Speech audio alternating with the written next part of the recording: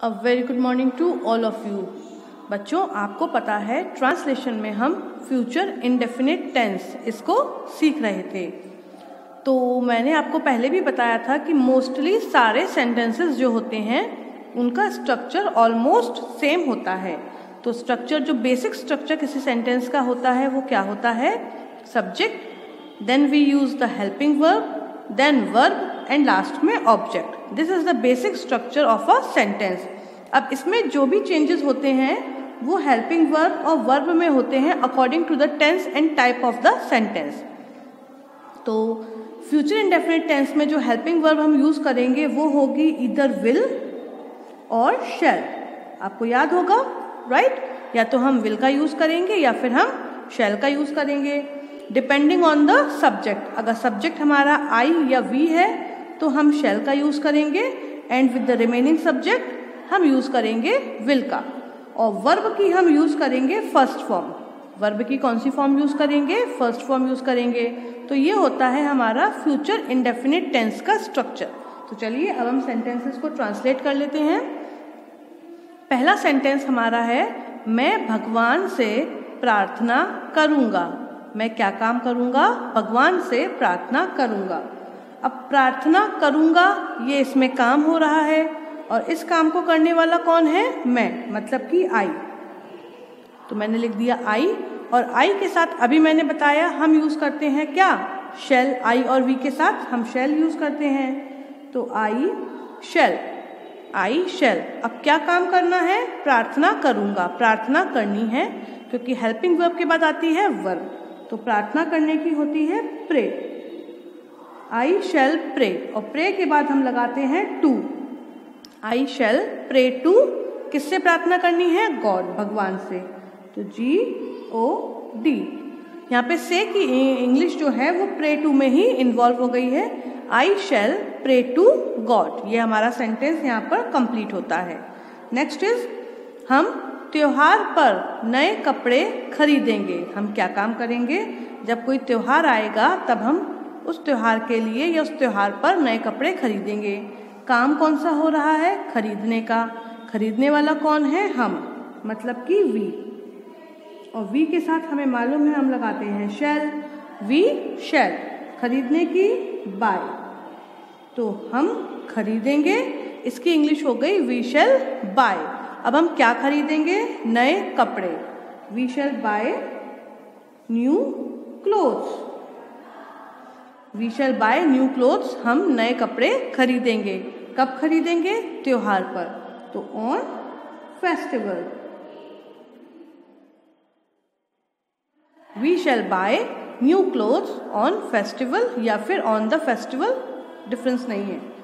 अब हम देखते हैं नेक्स्ट टू सेंटेंसेस।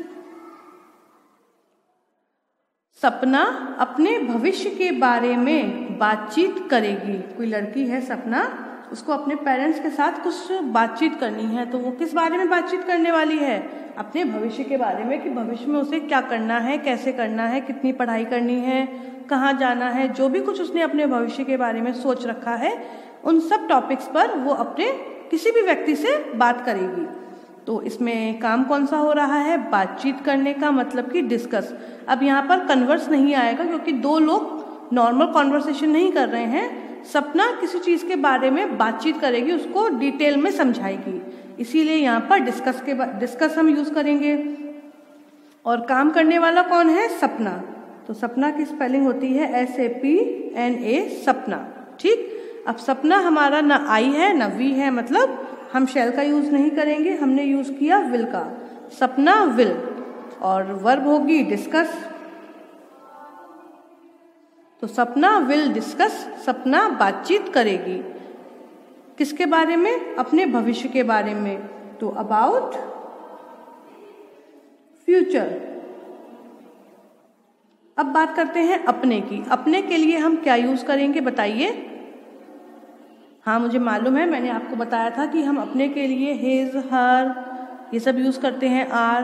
लेकिन यहाँ पर हम क्या यूज करेंगे? यहाँ पर हम यूज करेंगे सपना के अकॉर्डिंग। सपना एक लड़की है, लड़की के लिए हम शी भी यूज कर सकते हैं, और शी के लिए अपने की इंग्लिश हम लगाते हैं हर। तो सपना will discuss about her future. Got it. The next one is छात्र परीक्षा के समय पाठ को दोहराएंगे। छात्र क्या काम करेंगे, जब उनके एग्जाम्स आएंगे, उनकी परीक्षाएं आएंगी, तब वे अपने पाठ मतलब जितना भी उनका कोर्स है वो दोहराएंगे। आप भी तो करेंगे, राइट।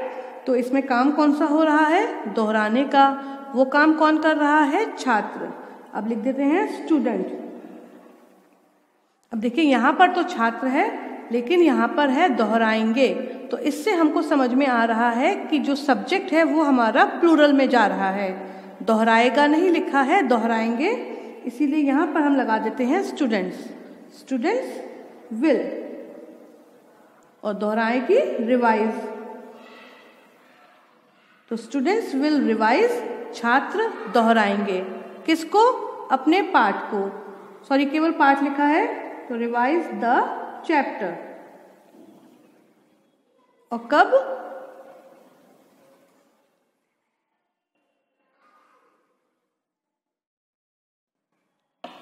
कब दोहराएंगे, अपनी परीक्षा के समय, तो during exams. Students will revise the chapter during exams. ठीक है, अब हम देखते हैं नेक्स्ट सेंटेंसेस। नेक्स्ट सेंटेंसेस, वे जानवरों से अच्छा व्यवहार करेंगे। कौन लोग, वे लोग, हमें नहीं मालूम। वे जानवरों के साथ अच्छा व्यवहार करेंगे, तो इसमें काम कौन सा हो रहा है, व्यवहार करने का। ये काम कौन करेगा, वे, तो दे विल। और व्यवहार करने की होती है ट्रीट, तो they will treat. They will treat. अच्छा मतलब हम गुड भी लगा सकते हैं और वेल भी लगा सकते हैं। They will treat well with animals. They will treat, sorry spelling wrong हो गई यहाँ पर, वेल विद एनिमल्स। तो वे जानवरों के साथ अच्छा व्यवहार करेंगे। यात्री यहाँ पर ठहरेंगे। अब देखिए यहाँ पर भी वही चीज है, यात्री से हमें पता चल रहा है कि एक वचन, लेकिन यहाँ पर जो उसकी क्रिया और सहायक क्रिया हैं उनसे हमें समझ में आ रहा है कि यात्री बहुवचन के रूप में उपयोग किया गया है। यहाँ पे जो शब्द यात्री है, तो इसमें काम हो रहा है ठहरने का, करने वाले हैं यात्री। अब यात्री के लिए हम ट्रैवलर्स लगा सकते हैं, लेकिन टूरिस्ट नहीं लगा सकते। लगाने में कुछ प्रॉब्लम भी नहीं है, बट बेसिकली टूरिस्ट की हिंदी पर्यटक होती है, तो हम लगा देते हैं ट्रैवलर्स। ट्रैवलर्स स्टे, ठहरने की क्या होती है, स्टे, तो will stay. Travellers will stay, कहाँ पर, यहाँ पर, तो हियर। अब यहाँ पर ऑन नहीं लगाएंगे क्योंकि यहाँ पर का ही मतलब है हियर, यहाँ पर। ठीक है, द नेक्स्ट टू आर, अध्यापिका कल से हमें पढ़ाएंगी। अभी छुट्टियां चल रही थी, अब जो हमारी अध्यापिकाएं हैं वे हमें कल से आकर पढ़ाएंगी। तो यहाँ पर हम क्या करेंगे, अध्यापिका को सिंगुलर फॉर्म में ही लेंगे, क्योंकि यहाँ पर जो पढ़ाएंगी शब्द है वो हमने टीचर के लिए रिस्पेक्ट शो करने के लिए यूज किया है। तो काम पढ़ाने का हो रहा है, करने वाला है टीचर, तो teacher will. Teacher will, teacher करेंगी, राइट।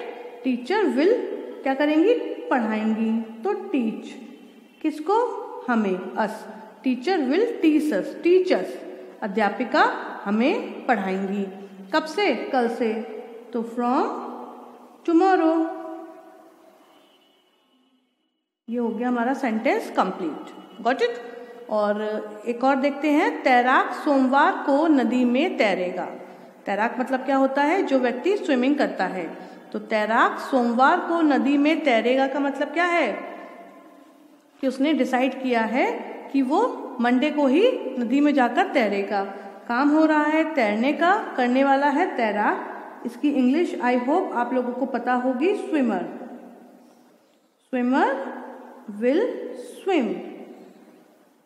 स्विमर विल स्विम, कहाँ पर, नदी में, इन द रिवर। सोमवार को, अब सोमवार को मैंने आपको बताया था कोई डे ऑफ द मंथ होता, sorry day of the week होता है, उसके साथ जो प्रीपोजिशन हम लगाते हैं वो लगाते हैं ऑन। तो swimmer will swim in the river on, कब? सोमवार को। तो मंडे, ऑन मंडे, और मंडे जो है वो एक प्रॉपर नाउन है, इसीलिए मंडे एम कैपिटल आएगा। ठीक है, अब हम देखते हैं last two sentences. And the last two are, फैक्ट्रियों का धुआं प्रदूषण का कारण होगा। आजकल काफ़ी सारा प्रदूषण फैल रहा है, तो जो फैक्ट्रियों का धुआं है वही है प्रदूषण का कारण। तो इसमें काम कौन सा हो रहा है? कारण होने का। करने वाला कौन है? फैक्ट्रियों का धुआं। रिमेंबर, मैंने एक सेंटेंस में आपको कार का धुआं, कारों का, गाड़ियों का धुआं करवाया था। तो smoke of the factories, smoke of the factories. Will, क्योंकि ना आई है ना वी है, तो smoke of the factories will, कारण होगा कॉज, किस चीज का? पॉल्यूशन। प्रदूषण की क्या होती है? पॉल्यूशन। प्रदूषित करना, पल्यूट, और प्रदूषण, पॉल्यूशन। ठीक है, और लास्ट है माँ पानी को उबालेंगी। माँ क्या काम करेंगी? पानी को उबालेंगी। बहुत ही सिंपल सेंटेंस है, मैं इसको एक्सप्लेन नहीं करूंगी। इस सेंटेंस को आपको खुद ही बनाकर कॉपी पर नोट डाउन करना है। ये आपका डबल होमवर्क हो गया, खुद ही सोचना है और खुद ही नोट डाउन करना है। तो ये थे आपके 10 sentences for today. That's all for today. Good bye.